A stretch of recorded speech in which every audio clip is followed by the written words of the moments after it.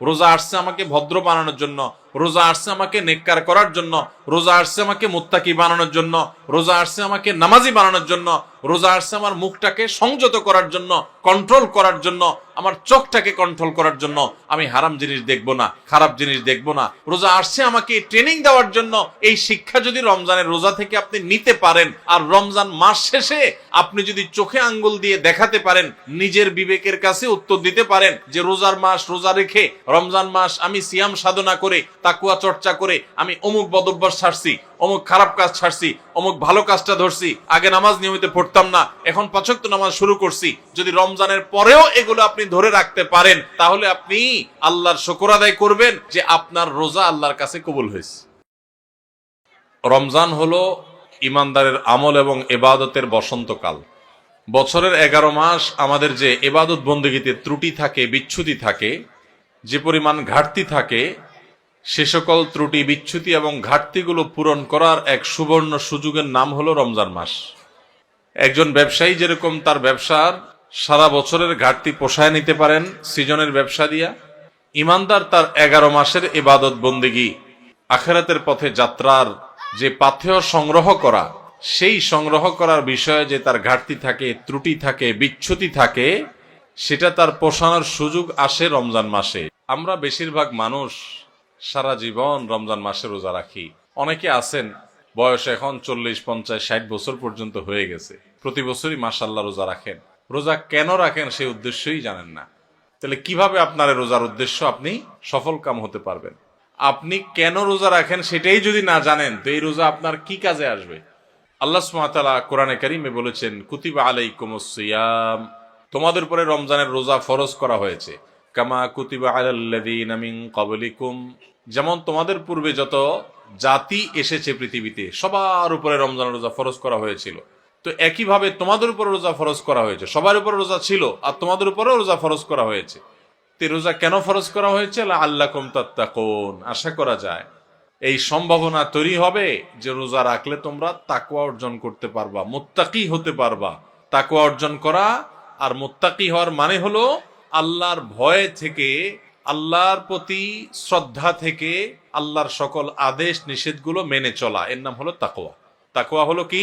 আল্লাহর ভয়ে, যে আল্লাহর সামনে দাঁড়াতে হবে, আল্লাহর সমস্ত আদেশ নিষেধ আমাকে মেনে চলতে হবে, সেই চেতনা থেকে আল্লাহর সমস্ত আদেশ, সকল নিষেধগুলো থেকে বেঁচে থাকা, সকল আদেশগুলো মেনে চলা আর সকল নিষেধ থেকে বেঁচে থাকা, এর নাম কি? তাকওয়া। রমজানে আমরা রোজা রাখি মূলত এই তাকওয়া অর্জন করার জন্য। তাকওয়া শিখায় আমাদেরকে রোজা। এখন প্রশ্ন উঠতে পারে যে রমজানের রোজা কিভাবে আমাদেরকে তাকওয়া শিখায়? রোজার একটা নিকটবর্তী উদ্দেশ্য আছে, আরেকটা আছে দূরবর্তী উদ্দেশ্য। আমরা অনেক কাজ করি যে কাজগুলোর একটা প্রাথমিক উদ্দেশ্য থাকে, আরেকটা থাকে চূড়ান্ত উদ্দেশ্য। যেমন আপনি এখান থেকে রিকশায় উঠেছেন, রিকশায় উঠে আপনি মেইন রোডে যাবেন, বাড্ডা যাবেন, আফতাবনগর গেইটে যাবেন, রিকশা উঠেছেন। আপনি আসলে বের হয়েছেন, আপনার মতিঝিলে কোনো কাজ আছে। তো আপনি যে রিকশায় উঠছেন, আপনাকে কেউ যদি জিজ্ঞাসা করে কই যাচ্ছেন, তখন এটার দুইটা উত্তর হতে পারে। একটা হতে পারে ভাই রিকশায় চড়ছি, রিকশায় করে আফতাবনগর যাব, বা রিকশায় করে বাড্ডা পর্যন্ত যাব।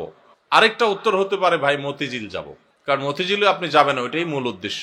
তো মতিঝিল গেলেও রিকশায় তো আর মতিঝিল যাবেন না, রিকশায় আপনি মেইন রোড পর্যন্ত যাবেন, এরপরে বাসে, সিএনজিতে করে আপনি বা অন্য কোনো কিছুতে করে আপনি মতিঝিল যাবেন। তো এই যে রিকশায় করে আপনি প্রথম একটা জায়গায় যাবেন, এরপরে আরেকটা গাড়িতে করে আপনি আপনার মূল জায়গায় যাবেন।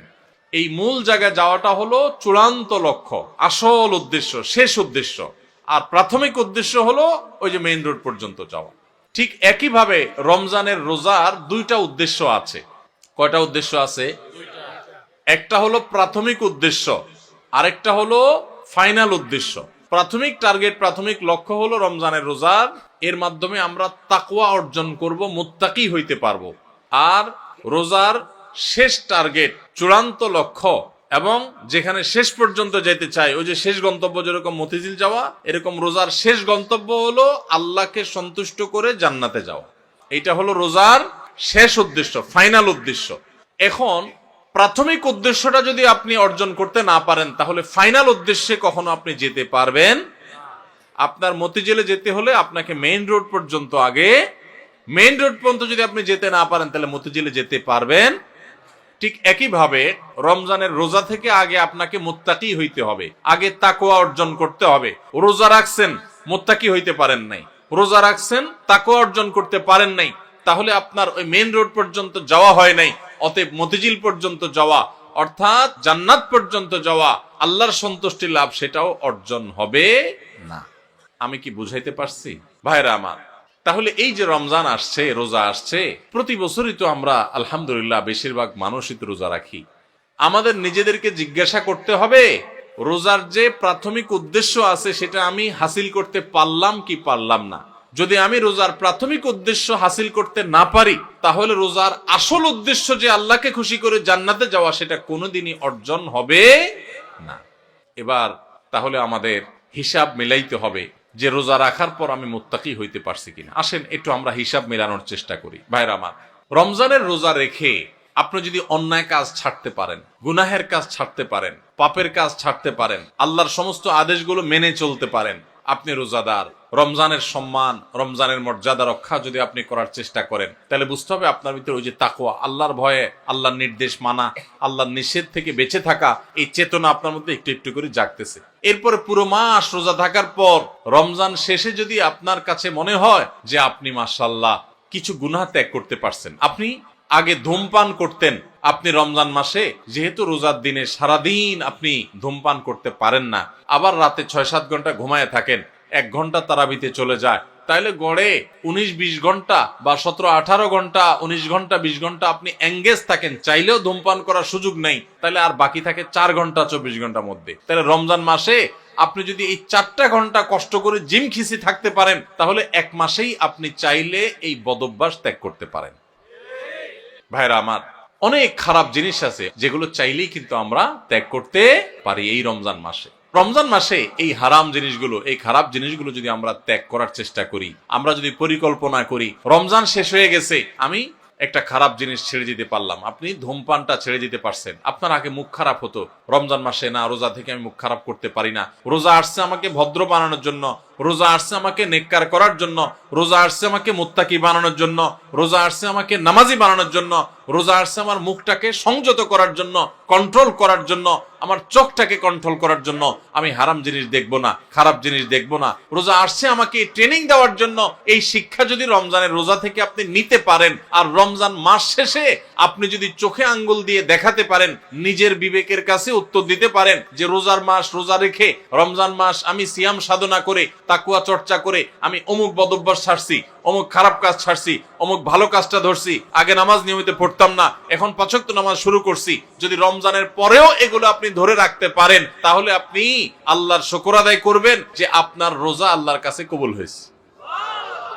এবং কবুল হয়েছে দেখে আল্লাহ আপনাকে রোজার মাধ্যমে ভালো কাজ করার তৌফিক দিচ্ছেন, খারাপ কাজ থেকে বাঁচার তৌফিক দিচ্ছেন। ভাইরা আমার, এই জন্য যে আমাদের রোজাগুলো হবে, রোজার উদ্দেশ্য যেন আমি হাসিল করতে পারি, সেজন্য। ভাইরা আমার, আপনি রিক্সা উঠলেন, মেইন রোডে যাবেন, তারপরে আপনি মতিঝিল যাবেন, আপনি মেইন রোডে যাবেন এই জন্য রিক্সা উঠছেন, ঠিক আছে, কিন্তু রিক্সা কোনো কারণে পাঞ্চার হয়ে গেছে। এই পাঞ্চার হওয়া রিক্সা আপনি বসে আছেন, আপনি আর যান নাই, আপনি আরেক রিক্সা উঠেন নাই, আপনি ফেরত চলে আসছেন, তাহলে আপনি কখনো মতিঝিল যাইতে পারবেন না। রমজান মাসে রোজা রাখার পর একটা গুনাহ হয়ে গেছে, এটা হলো চাকা পাঞ্চার হওয়ার মতো, সামনে আগাইতে পারলেন না। তাকওয়া চর্চা করার কথা, গুনাহ এবং হারাম কাজ ছাড়ার কথা, বদভ্যাস ত্যাগ করার কথা, কিন্তু আপনার ত্যাগ করতে পারেন নাই। তাহলে আপনি ওই যে চাকা পাঞ্চার হয়ে যাওয়ার মতো থেমে থাকবেন না, আরো সামনে অগ্রসর হবেন, আরো শক্তিশালী ভাবে অগ্রসর হবেন। ভাইরা আমার, জীবনটা খুব সীমিত বাবারে, অনেক সংক্ষিপ্ত জীবন, দেখতে দেখতে জীবন পার হয়ে যায়। যারা বয়স 30-40 হয়ে গেছে বা আরো কম বেশি আছে, একটু চোখটা বন্ধ করে শৈশবকে একটু চিন্তা করেন, দেখবেন কদিন আগে আপনি ছোট বাচ্চা পোলাপানের মতো হাঁটাহাঁটি করছেন। এই যে পোলাপান ছুটাছুটি করতেছে, এদের মতো কয়দিন আগে আপনি ছিলেন। দেখতে দেখতে 40, 50, 60, 70, 80 বছর জীবন অনেকের পার হয়ে গেছে। বাকি যে কয় বছর আছে, এটাও দেখতে দেখতে চলে যাবে। সব পড়ে থাকবে, আপনার ব্যবসা বাণিজ্য, আপনার সংসার, আপনার ঘরবাড়ি, আপনার দোকানদারি, ভাইরা সব থেকে যাবে, শুধু আপনার সাথে আপনার আমলগুলো যাবে। নেক আমল করবেন তো অনন্ত অসীম কালের জান্নাত, আর বদামল করবেন অনন্ত অসীম কালের জাহান্নাম। ভাইরা আমার, সেজন্য রমজান আসছে আমাদেরকে পরিশুদ্ধ করার জন্য, আমাদের মুত্তাকি বানানোর জন্য। মুত্তাকি হব তো ইনশাআল্লাহ, হারাম কাজ ছাড়বো তো ইনশাআল্লাহ। আসুন্নাহ ফাউন্ডেশন, উম্মার স্বার্থে সুন্নাহর সাথে।